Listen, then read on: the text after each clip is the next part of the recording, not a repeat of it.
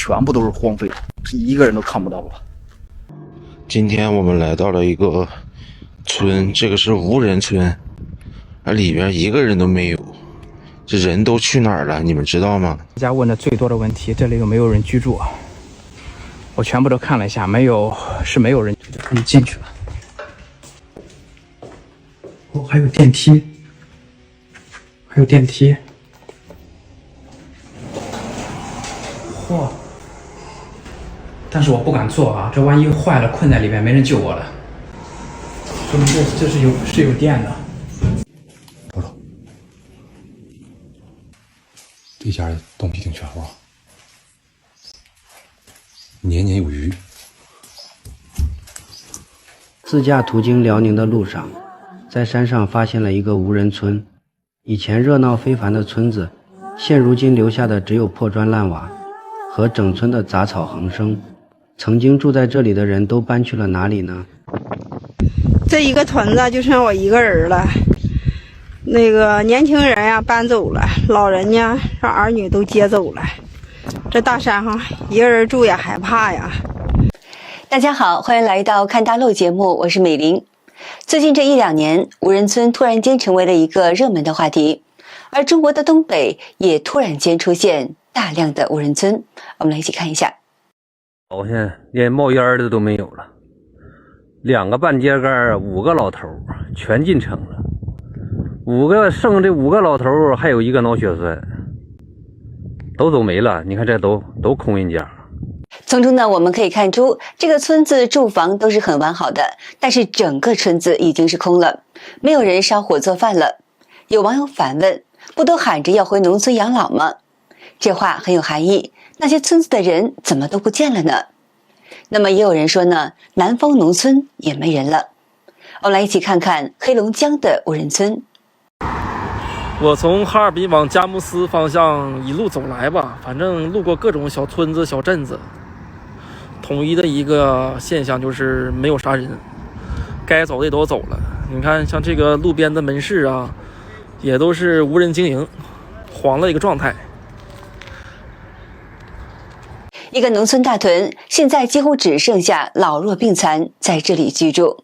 我们来一起看一下，看看吧，这是黑龙江省大庆市龙凤区九庆村，那家伙原来也是老大一个屯子了，这人乌泱乌泱的，冒不全天的。现在你再看看，白天看不见烟火，晚上见不着灯亮，那有能耐的人都走了，都上城里住楼去了。有人在辽宁省遇到一个无人居住的小区，现在呢，找到一个无人小区，大防盗门是不是有人住啊？但是上面都是土，还是炕呢。这是唯一的家用电器，手电筒。这风不老好风的，带门的，进去看看，有人吗？送外卖的啊？是不是你点的外卖？哎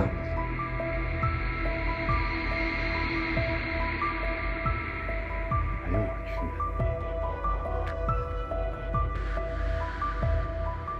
这屋咋这么破呀？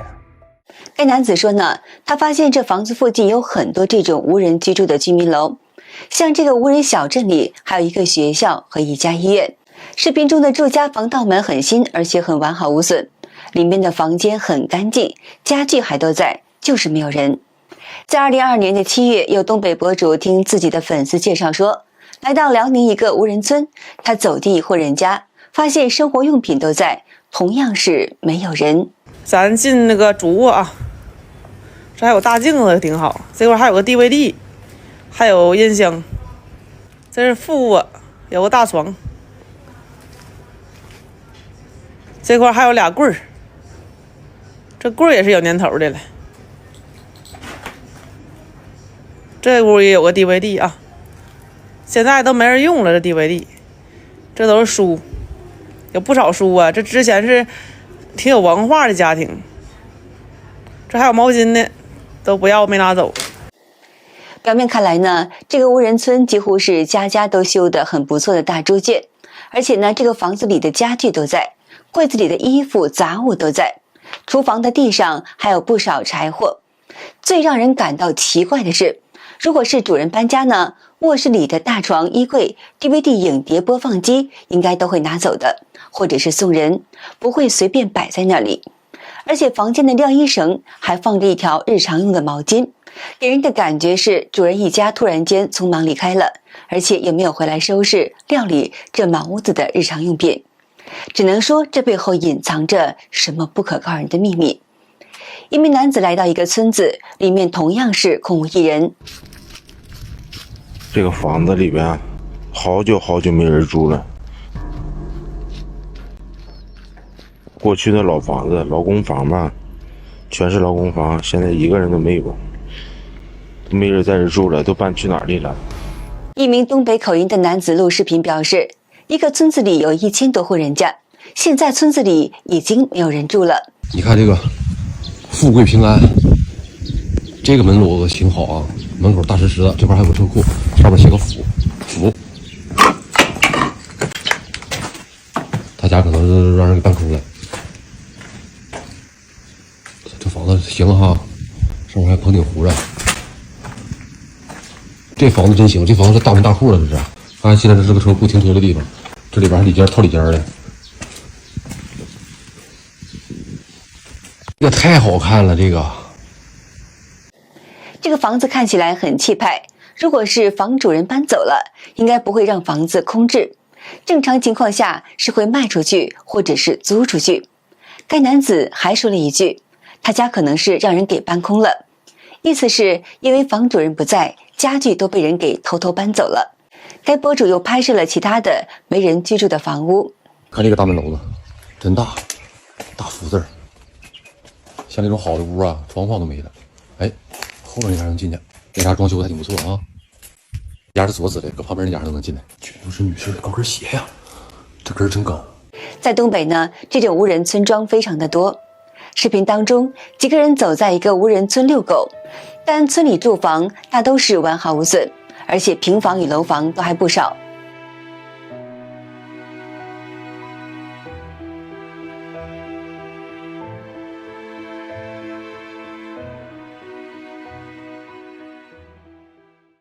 而且呢，不光是东北，中国的贵州、江西、福建、广西、广州、安徽、湖南、湖北等地都出现了大量无人或只有寥寥几人居住的村镇。这是山东省淄博市博山区的下鄂石屋村，曾经有600人居住，但在最后一户人家搬走以后，村子已经是空无一人。有博主在山东省烟台市找到一个无人村，位置是开发区丈老沟村。这个小门打开了，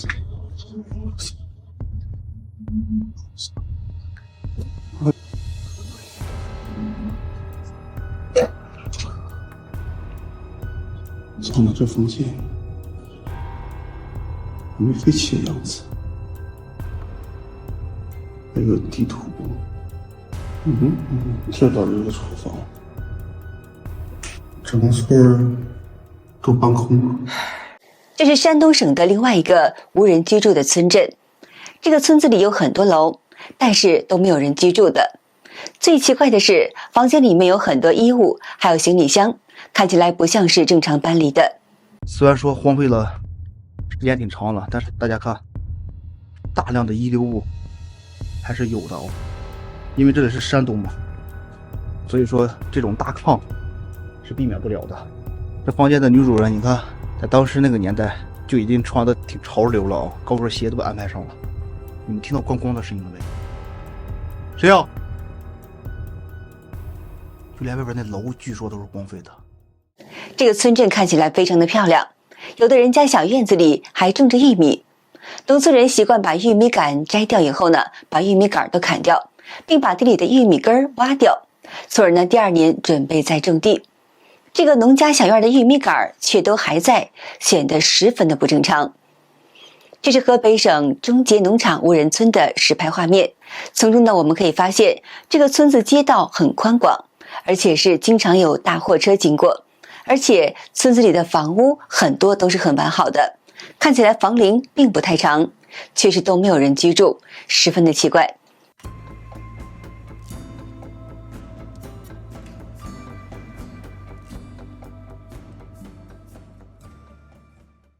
有人在浙江宁波象山发现一个无人村，这个村子呢原本有300多户人家，现在却没有人住在那里。据说呢，这个村子是在清朝的时代建立的，已经100多年来，而且村子坐北朝南，是面朝大海的海景房。村子看起来风景优美，又是难得的海景房，就算是年轻人搬走了，练就老人家应该还可以居住的。而且村子房屋都是很完好的，不过整个村子却是空无一人，显得非常的不正常。从上面的视频中我们可以发现，在中国从南到北有大量的无人镇、无人村。那么如果说村里年轻人都不喜欢在农村居住，而去了大城市，但中国很多城市的人流量也都在大量的减少，店铺成排的关门，商场客源十分稀少。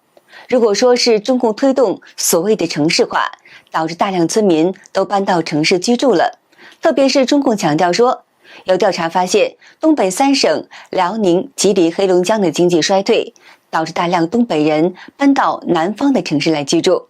但是呢，南方同样存在着大量的无人村，而且呢，这些无人的村镇都有几个共同点，即房屋是完好无损，而且家具和生活用品都在，而且呢，有些房子的门是没有锁住的，还有的村镇有学校、医院等基础设施，但呢，就是没有人，仿佛整个村镇一夜之间人都莫名消失了。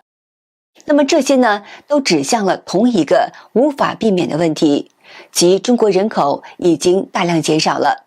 根据中共统计局发布的人口数据显示，2024年底中国人口有14亿828万，比2023年末减少了139万。虽然中共嘴里基本没有实话，但是也不得不承认，中国人确实出现了人口减少现象。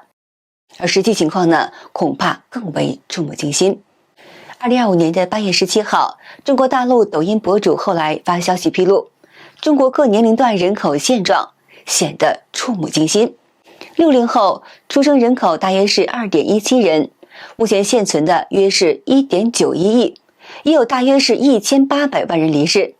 70后人口出生人口大约是 2.24 亿人，现存人口大约是 2.01 亿，大约有2200万人离世，占比约为 9.8%。中国的80后出生人口约为 2.19 亿人，现存人口大约是 2.1 亿，约有900万人离世，占比约为 4.9%。而90后出生人口约为 1.88 亿人，现存人口为 1.55 亿人，大约是有3300万人离世，占比约为 17.6%。00后出生人口约为 1.47 亿人，现存人口约为 1.36 亿，约有1100万人离世，占比约为 7.5%。那么从中呢，我们可以看出90后与00后人口趋势比例非常的高。博主营销号极速版发视频质疑说，据中共统计局发布的数据显示呢，分析从1990年到2025年，死亡人数也才只有350万人，远远低于谣传的3300万。对此，网友们纷纷回复说，最起码我知道死了7到10人，报1到3个，死1到3人，报0人死亡，这是基础。我感觉很真实，我认识同龄的基本都在，比我小的10来岁的反而是好多都没了。看着身边的年富力强、所剩无几的同龄人，包括已故、已病、已残。那么也有人感慨90后、00后大量离世的反常情况。60后才1800万人离世，00后已经有1100万人离世了。我们90后犯天条了，最大才35岁。有山东网友证实，反正我身边的朋友死了5、6个的90后。也有河南网友说，我身边去世的一个92年，一个99年，一个00年。人口大量离世出现年轻化趋势的原因有很多，包括现在就业压力大，年轻人疲于加班，疲于跑外卖，造成身心严重受损。也有很多人失业以后呢，面对房贷、生活开销与负债，想不开而轻生。那么还有很多年轻人喜欢奶茶等食品都是不健康的，以及无处不在的黑心食品，都在无声地吞噬着年轻人的健康与生命。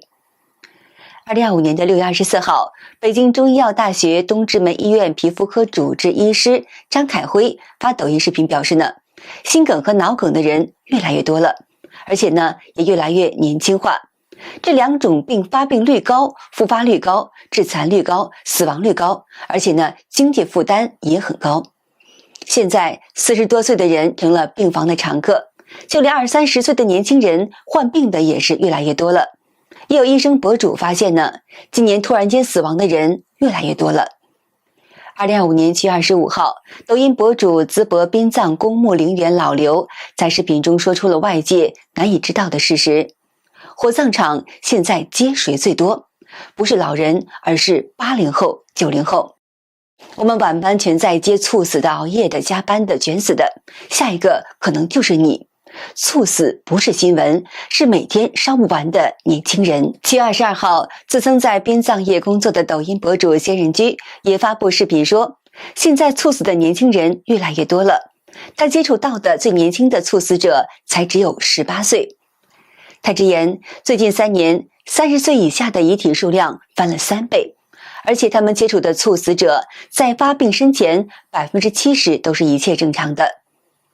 年轻人大量猝死的背后，还有另外一个无法忽视的重要原因，也是中国一直以来极力掩盖的，那就是新冠疫情的持续蔓延。7月20号，河北工程大学附属医院消化内科主任医师崔兴亮发视频提醒说，最近新冠阳性率一路飙升，大家出门一定要戴好口罩。